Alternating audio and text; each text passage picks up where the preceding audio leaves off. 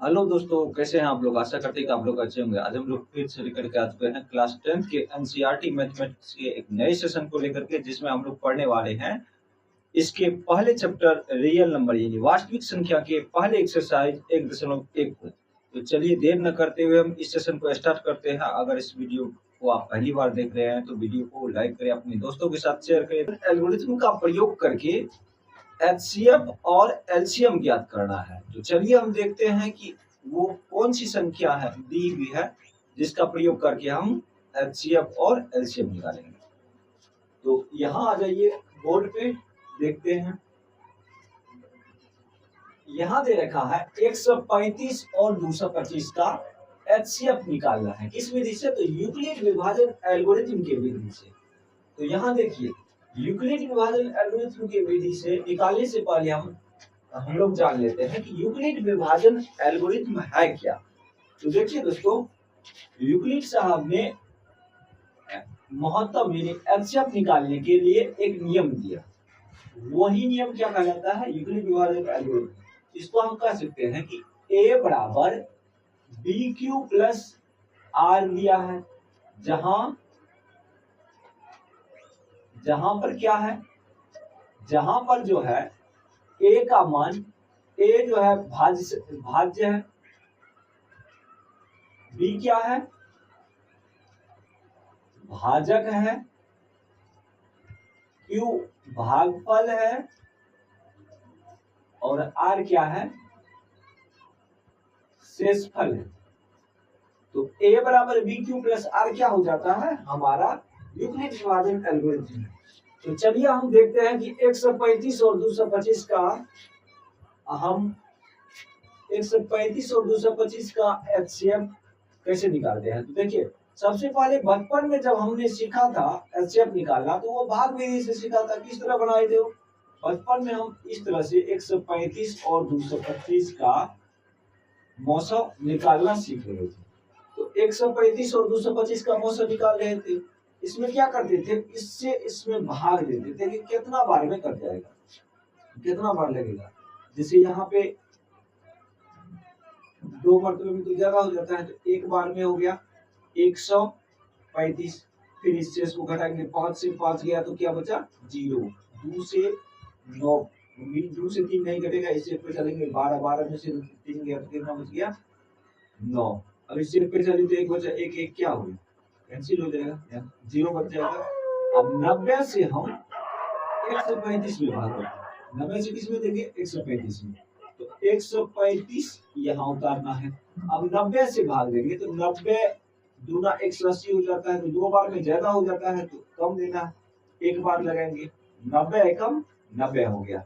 अब इसको जब घटाएंगे तो 5 से 0 घटेगा, 5 बचा, 13 में से 9 गया तो 4 बच गया, 45 हुआ।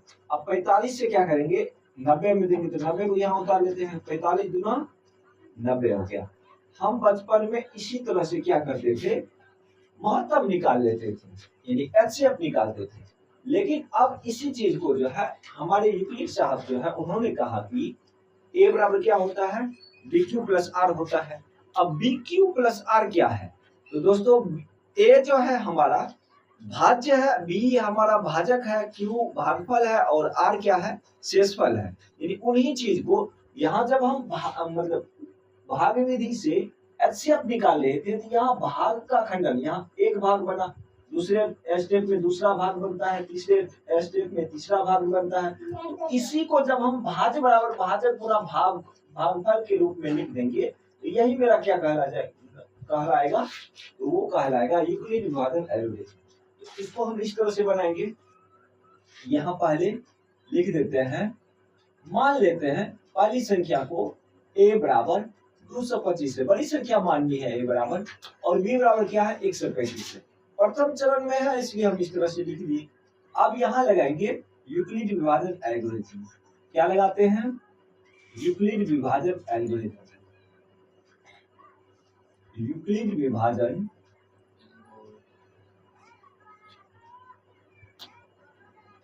एल्गोरिथम से क्या होता है? तो a बराबर बी क्यू प्लस आर होता है। अब ए का मान देखे हम लोग, तो ए का मान यहाँ क्या है 225 है।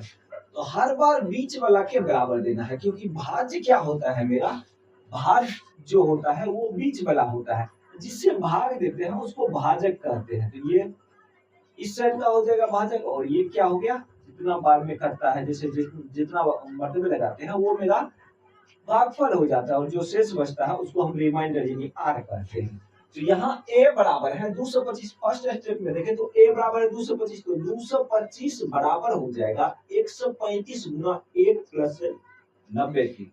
225 बराबर 135 गुना 1 प्लस में 90 है।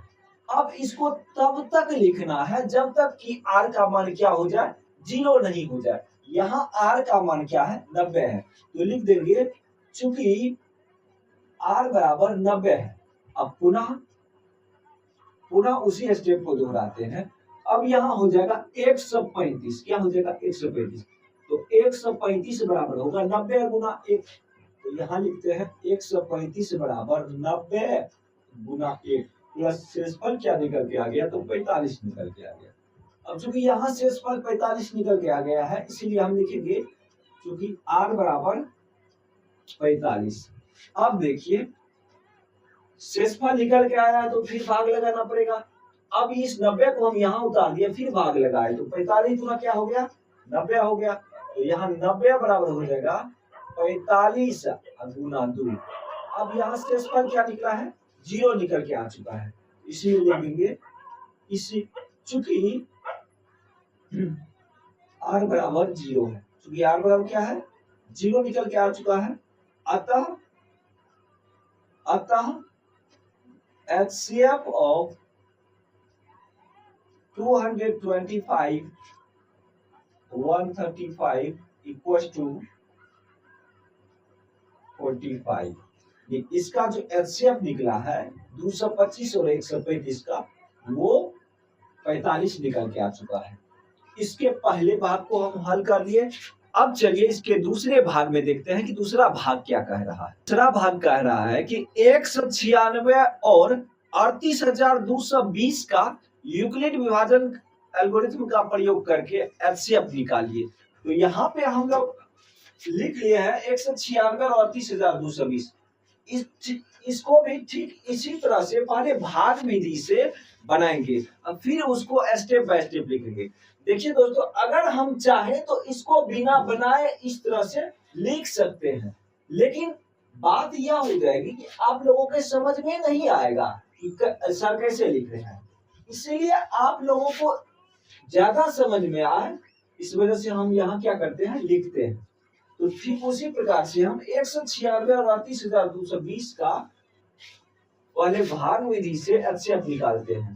तो 196 और 38,220 का जब भाग विधि से निकालेंगे तो देखिए 196 को जब 195 से गुना कीजिएगा तो यहाँ निकल के आ जाएगा 38,220। इस प्रकार से शेषफल क्या निकल के आ जाएगा 0 आ जाएगा। तो यहाँ हम लिख देंगे माना, पहले तो हल लिखना है आपको प्रत्येक सवाल में, तो हल लिखेंगे, उसके बाद लिखेंगे a बराबर 38,220 और b बराबर 196। चूंकि हम लोग यूक्लिड विभाजन एल्गोरिथम के द्वारा इसका एचसीएफ निकाल रहे हैं, इसलिए यहाँ लिखना पड़ेगा कि यूक्लिड विभाजन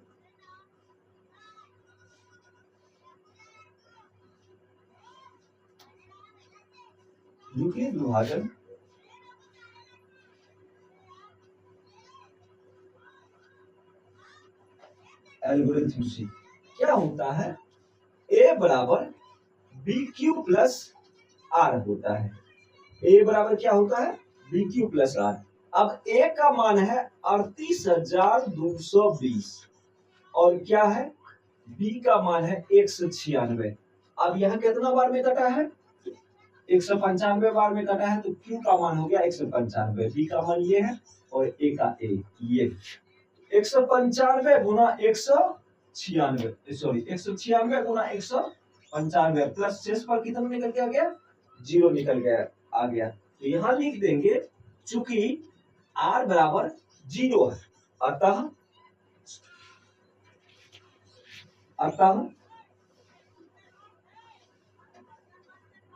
HCF of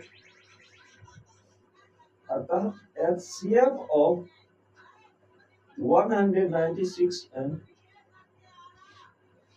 38,220 equals to 196, यानी 196 और 38,220 का जो HCF निकला वो 196 ही निकला, क्योंकि 196 से विभाज्य है। तो जहां शेषफल 0 निकल के आ जाता है वही क्या होता है, हमारा HCF हो जाता है। इसके तीसरे भाग को हम सॉल्व करने जा रहे हैं। इसका तीसरा भाग है 867 और 255। इसका हम क्या करेंगे, HCF निकालेंगे। तो हमने आपसे कहा कि किसी भी संख्या के HCF निकालने से पहले क्या करते हैं, तो उसको हम भाग विधि से पहले बना लेते हैं ताकि उसका स्टेप लिखने में आसानी रहे। तो यहाँ भी हम क्या करते हैं, भाग विधि से बनाएंगे।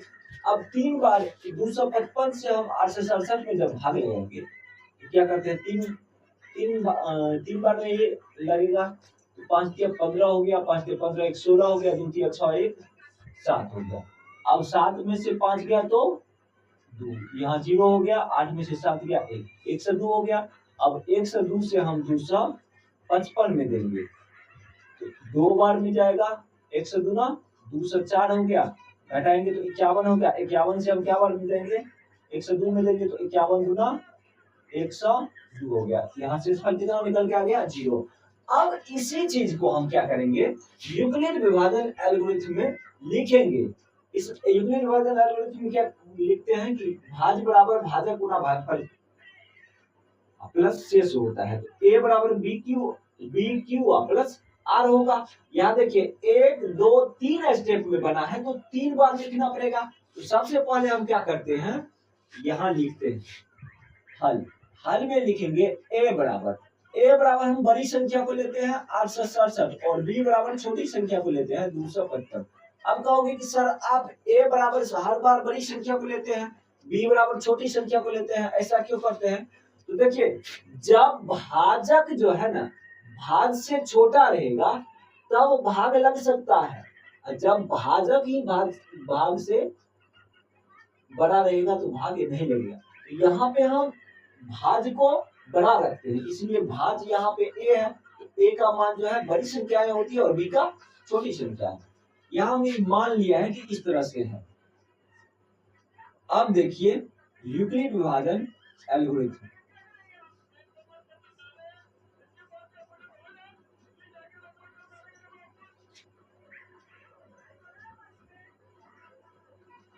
यूक्लिड विभाजन एल्गोरिथम कहता है कि a बराबर जो होगा वो b क्यू प्लस r होता है। अब a का मान यहाँ पे है 867, तो 867 बराबर हो जाएगा 255 गुना 3 प्लस 102। यहाँ a बराबर होता है b क्यू प्लस r, तो 867 बराबर हो जाएगा 255 गुना 3 प्लस का 102। अब चूंकि यहाँ देखिए यहाँ क्या है, r बराबर 102, r बराबर क्या है 102 है। तो फिर हम इसको क्या करेंगे, अगले स्टेप को लिखेंगे। अब अगला स्टेप क्या है 255। यहाँ भाज्य क्या है 255 है, तो 255 बराबर 102 गुना 2। तो 255 बराबर जो है 102 गुना 2 प्लस का शेषफल होता है। तो शेषफल क्या हो गया 51 हो गया। 51 यहाँ देखिए r का मान क्या है 51 है, तो लिखेंगे चूंकि r बराबर जो है 51 है इसीलिए हम क्या करेंगे 102 बराबर। 102 बराबर जो है 51 गुना 2। अब शेषफल क्या निकल के आ गया है 0। तो यहाँ लिखेंगे चूंकि r बराबर 0 है अतः HCF of 867 and 255 equals to 51, यानी 867 और 255 का एलसीएम 51 है। इस प्रकार से एक नंबर के इस प्रकार से एक नंबर के सभी सवाल को हमने हल कर दिया है।